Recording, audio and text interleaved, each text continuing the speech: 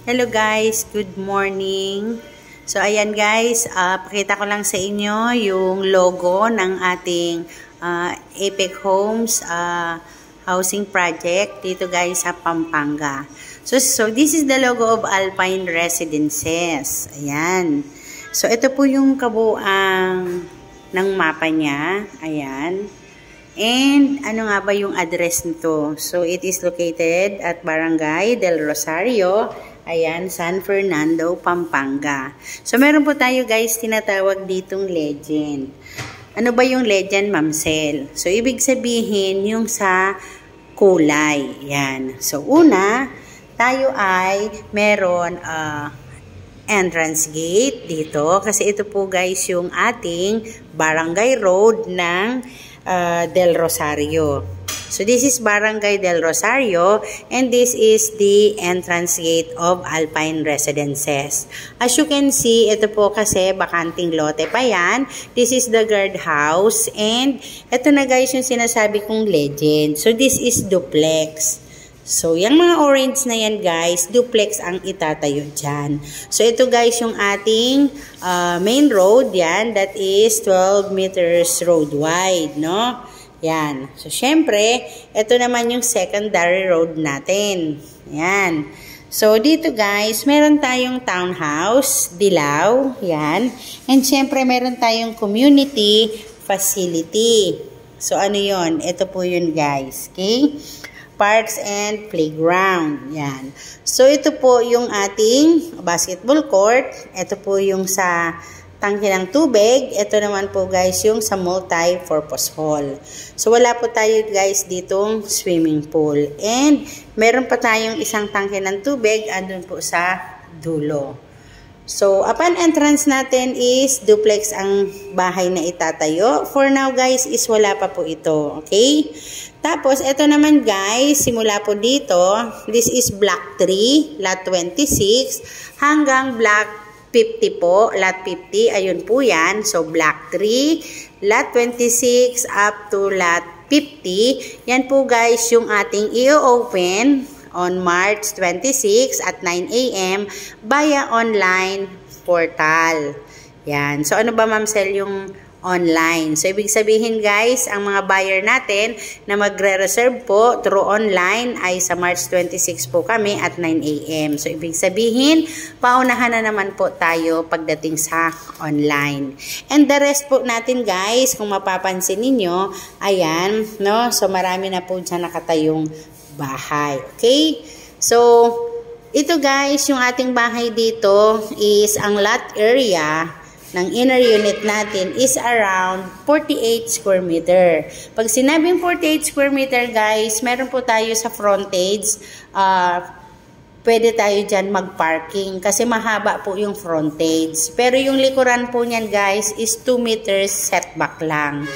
Pero how about Ma'am Sel if halimbawa, corner. So, ibig sabihin guys, iba-iba ang sukat natin, no? So, pag sinabing corner, mas malaki yung lote. Pag end unit naman, ayan, so meron din pong malaking lote, no?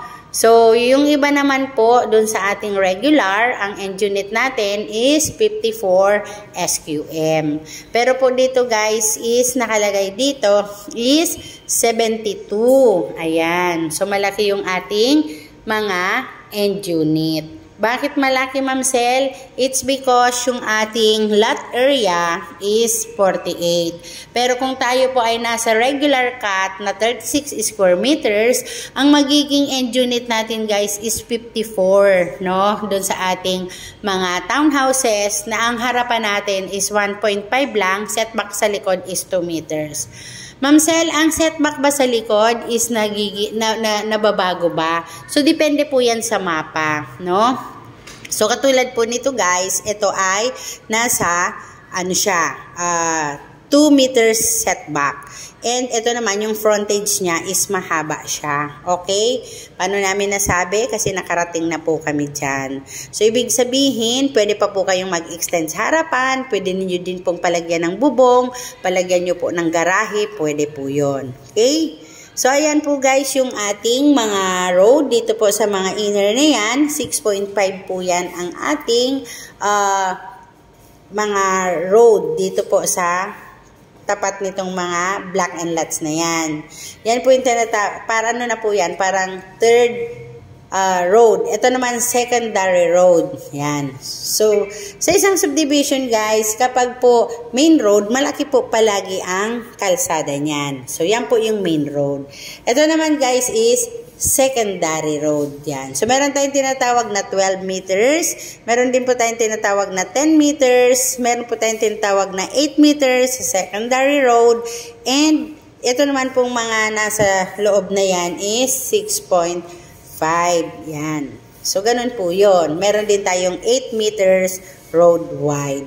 So, magkano po ba, Ma'am Sel, ang ating reservation sa darating na 26. So, dahil nga po tayo ay through online, ayan guys, explain ko lang sa inyo about the computation, no? Habang nakatutok po ako doon sa ating mapa. So, ang ating pong computation dito guys is sa inner unit, yan. So, upon checking, yung Block 3 Lot 26 na 48 ang lote. Ayan po yun guys, no? Block 3, Lot 26, ayan, 48 square meter inner unit.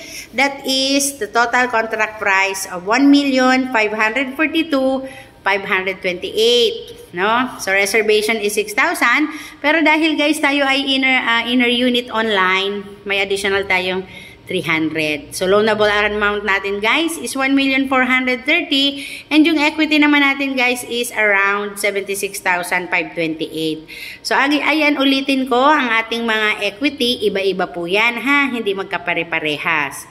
So, yung 76,528 ng Block 3 Lot 26 ay nasa 76,528 na babayaran po ni buyers ng 11 months to pay. So, as dito po sa ating computation, meron pong 11 months, meron pong 16 months. Ayan. So, 6,957 naman sa ating monthly amortization. And pagdating sa pag-ibig guys, tayo ay 9,509.47 pero yun guys ay estimated lamang. Okay?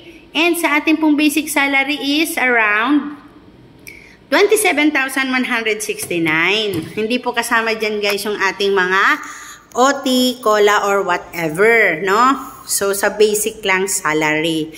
May tanong, Ma'am Sel, bakit po kaya ay kailangan natin ng basic salary? Okay? So, harap lang ako dito guys. Yan.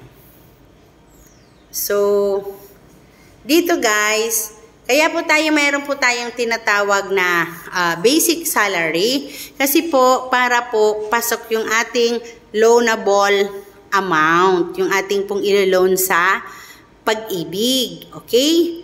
Yan. So, if-fall naman yung ating income, pwede po tayo guys mag-co-borrower. So, sino yung pwedeng maging co-borrower? Pwedeng kapatid, kamag-anak, tatay, nanay, or mas bata pa, no? Kung sa parents natin, no? Kasi para tayo ay long term and hindi po tayo blacklisted sa pag-ibig. Ano ba Ma'am Sel yung blacklisted? Yung blacklisted pong tinatawag natin is yun po yung let's say nakapag-housing loan na dati tapos binitawan si bahay, hindi na po hinulugan, sira na yung pangalan natin sa pag-ibig. Okay guys?